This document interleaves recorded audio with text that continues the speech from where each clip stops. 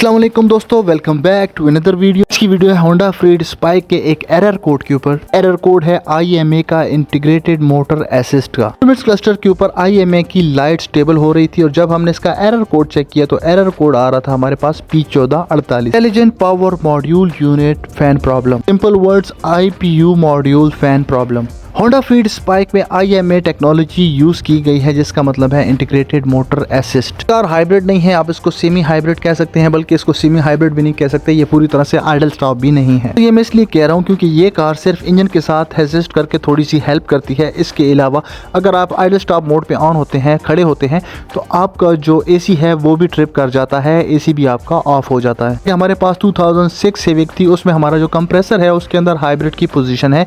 In case अगर हम idol stop position पे खड़े होते हैं तो उस सिचुएशन में हमारा जो AC है वो ड्राइव करता रहता है, हाइब्रिड सिस्टम पे स्विच हो जाता है। बाइक की ट्रंक के अंदर बैटरी लगी हुई है, उसके अंदर इन्वर्टर है, DC-DC कन्वर्टर है, हमारा मोटर कंट्रोल यूनिट है, MCM है और BCM है। ये BCM बॉडी कंट्रोल मॉड्यूल नहीं है, ये है बैटरी कंट्रोल मॉड्यूल। MCM है हमारे पास मोटर कंट्रोल मॉड्यूल। सारे मॉड्यूल एक ही जगह पे लगे होते हैं और इसको कहा जाता है IPU। बैटरी और ये सारी चीजें इंटीग्रेटेड होती हैं इसके अंदर ही, और इसको कूल करने के लिए हमारे पास लगा होता है IPU मॉड्यूल फैन। भी बैटरी हीट होती है या इन्वर्टर हीट होता है तो ये सिग्नल सेंड करता है MCM को, मोटर कंट्रोल यूनिट को, और मोटर कंट्रोल यूनिट कंट्रोल करता है हमारे बैटरी के फैन को। एरर कोड आने की दो रीजंस हो सकती हैं, या तो हमारा बैटरी का फैन खराब हो चुका है, उसकी वायरिंग के अंदर या उसके पावर में अंदर प्रॉब्लम है, या हमारे MCM यूनिट के अंदर प्रॉब्लम है। इस फैन की 4 वायर्स होती हैं, 1 और 4 पे हमारी होती है पॉजिटिव एंड ग्राउंड, और 3 पे होता है input signal and output signal. इसके फ्यूज बॉक्स के अंदर 53 नंबर का फ्यूज होता है। फ्यूज का पावर रिले से होता हुआ इस मॉड्यूल तक, इसके फैन तक आता है। यहाँ पे हमारे पास फंक्शनल टेस्ट है दोस्तों, ये देख सकते हैं, यहाँ पे है एक फंक्शनल टेस्ट। फंक्शनल टेस्ट से हम इस ब्लोअर को ड्राइव करेंगे और ड्राइव करके ये चेक करेंगे कि हमारा फैन चलता है या नहीं चलता। जब हम ये एक्टिव टेस्ट परफॉर्म करते हैं तो ये एक्टिव टेस्ट लो RPM के ऊपर बार बार फेल हो रहा था। एक्टिव टेस्ट में ब्लोअर को मुख्तलिफ स्पीड्स में चलाया जाता है, लेकिन ये स्लो स्पीड के ऊपर ही एक्टिव टेस्ट फेल हो जाता था।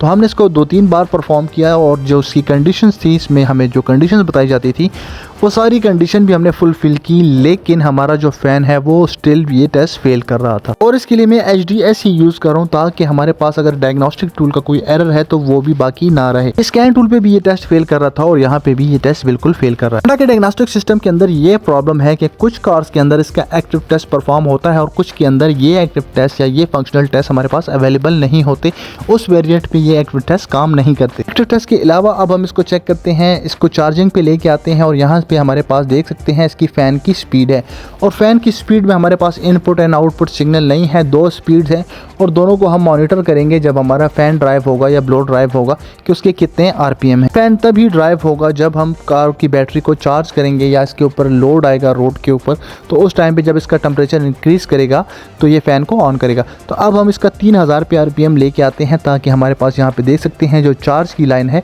जब हम 3000 RPM पे लेके आएंगे, IMA कार्स के अंदर ये सिस्टम है, जब हम इनको 3000 RPM पे लेके आते हैं इस टाइम पे इनकी चार्जिंग स्टार्ट हो जाती है। ये देख सकते हैं यहाँ पे चार्जिंग स्टार्ट हो चुकी है, बैटरी चार्ज हो रही है। अब थोड़ी देर में जब बैटरी चार्ज होगी, उसके जब टेम्परेचर है वो इंक्रीज़ करेगा तो उसके बाद ही इसका फ़ैन ड्राइव होगा। उस टाइम पे जब फ़ैन ड्राइव होगा तो हमने इसके बैटरी के टेम्परेचर को भी मॉनिटर करना है और उसके फ़ैन की स्पीड को भी चेक करना है। हमारे पास यहाँ पे कोई भी टारगेटेड या एक्चुअल स्पीड का नहीं लिखा हुआ, लेकिन हमारे पास यहाँ पे IPU फ़ैन स्पीड की दो पैरामीटर्स हैं और हमने दोनों के बीच में जब भी ऑन होगा तो इनको चेक कर लेना है कि दोनों प्रॉपर से वर्किंग कर रहे हैं या नहीं कर रहे। इसकी बैक पे लगा हुआ IPU मॉड्यूल और यहाँ पे लगा होता है इसका ब्लोअर। तो इसकी देख सकते हैं ब्लैक एंड रेड वायर है, ये दोनों, एक ग्राउंड है और एक पॉजिटिव है। तो हम इग्निशन स्विच ऑन करके इसके ऊपर टेस्ट लैंप लगा के ये चेक कर लेते हैं कि हमारा जो पॉजिटिव फीड है वो यहाँ पे आ रही है या नहीं आ रही। जो सेंटर वाली वायर्स हैं दोस्तों, ये जाती हैं हमारे MCM के ऊपर, मोटर कंट्रोल मॉड्यूल के ऊपर, और यहाँ पे इसके रास्ते में एक यहाँ पे कनेक्टर लगा होता है, ये देख सकते हैं, ये है इसका कनेक्टर।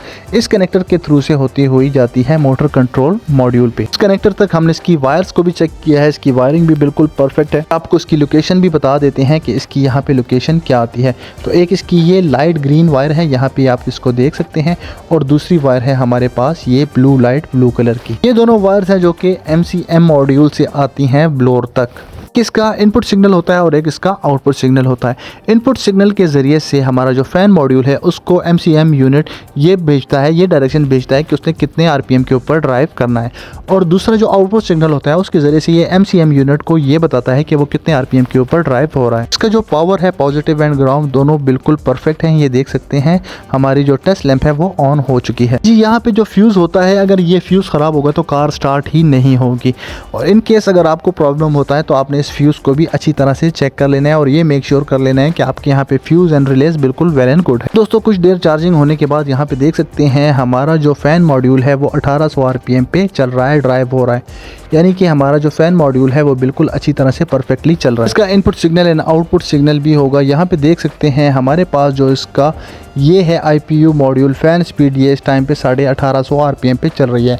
और इसी तरह का हमारे पास एक दूसरा पैरामीटर भी है, उसमें भी यही लिखा है, लेकिन उनके साथ ये डिफ़ाइन नहीं किया गया है कि इनमें से इनपुट सिग्नल कौन सा है और आउटपुट सिग्नल कौन सा है। तो दूसरा इसका पैरामीटर है वो भी आपके साथ शेयर कर दिया जाता है।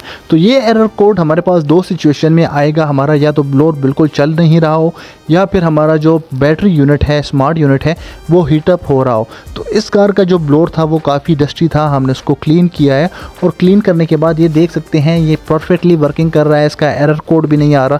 पहले जब हम इसका एरर कोड क्लियर करते थे तो थोड़ी देर बाद 2-3 मिनट के अंदर ही एरर कोड रीअपेयर हो जाता था। बैटरी के अंदर लगे हुए टेम्परेचर सेंसर्स हैं, वो टेम्परेचर सेंसर हमारा जो टेम्परेचर शो करते थे हीट होने के बाद, वो टेम्परेचर होता था 50 से 55। अब इसका टेम्परेचर भी बिल्कुल कंट्रोल है। इट्स मीन कि हमारा जो फ़ैन था उसके अंदर डस्ट था जिसकी वजह से ये प्रॉब्लम हो रहा है।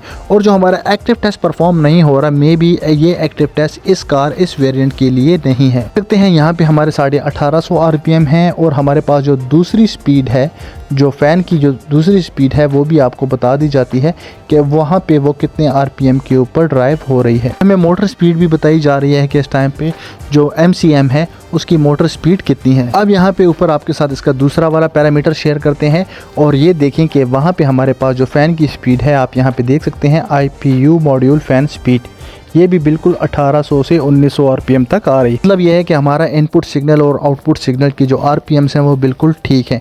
तो जब हमारा ये चीज़ ठीक है तो हमने इसको चेंज नहीं करना है।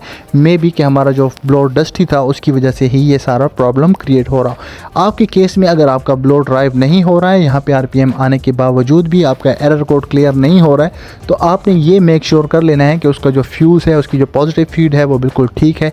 और हमारा जो मोटर कंट्रोल मॉड्यूल लगा हुआ है उसके अंदर भी प्रॉब्लम हो सकती है, क्योंकि मोटर कंट्रोल मॉड्यूल ही इस ब्लोअर को ड्राइव करता है। मिलते हैं नेक्स्ट वीडियो में किसी और टॉपिक के साथ। अल्लाह हाफिज़।